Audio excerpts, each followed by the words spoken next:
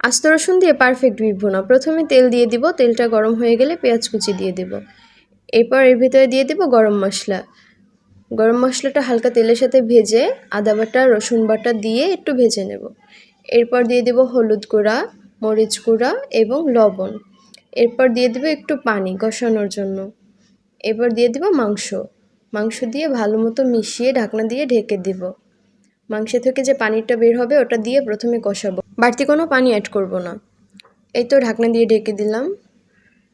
ঢাকনা তুলে আমি 2-3 বার নাড়াচাড়া দিয়ে নিয়েছি। মাংস থেকে আপনা আপনি পানি বের হয়েছে, এটা দিয়ে সুন্দর মতো কষানো হয়ে গেছে। এবার আমি আরও ভালো করে সিদ্ধ হওয়ার জন্য আর একটু গরম পানি অ্যাড করে দিলাম কষানোর জন্য। এবার ঢাকনা দিয়ে ঢেকে দিব। গরম পানি দিয়ে আমি 2-3 বার ভালো মতো কষিয়ে নিয়েছি। মাংসে একবারে পানি দেওয়ার থেকে 2-3 বার গরম পানি দিয়ে ভালো মতো কষিয়ে নিলে মাংসের টেস্টটা ভালো আসে। এবার আমি আস্ত রসুন অ্যাড করে দিলাম। আমি ঢাকনা দিয়ে ঢেকে দিব। এই যে আমি অফ ক্যামেরায় 2-3 পিস আলু দিয়ে নিয়েছি। এবার আমি গরম পানি দিয়ে দিলাম।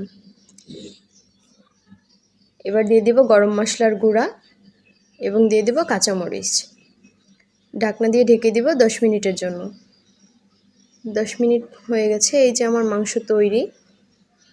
পারফেক্ট বিফ ভুনা আস্ত রসুন দিয়ে এভাবে একবার হলেও ট্রাই করে দেখবেন, খেতে কিন্তু অনেক মজা।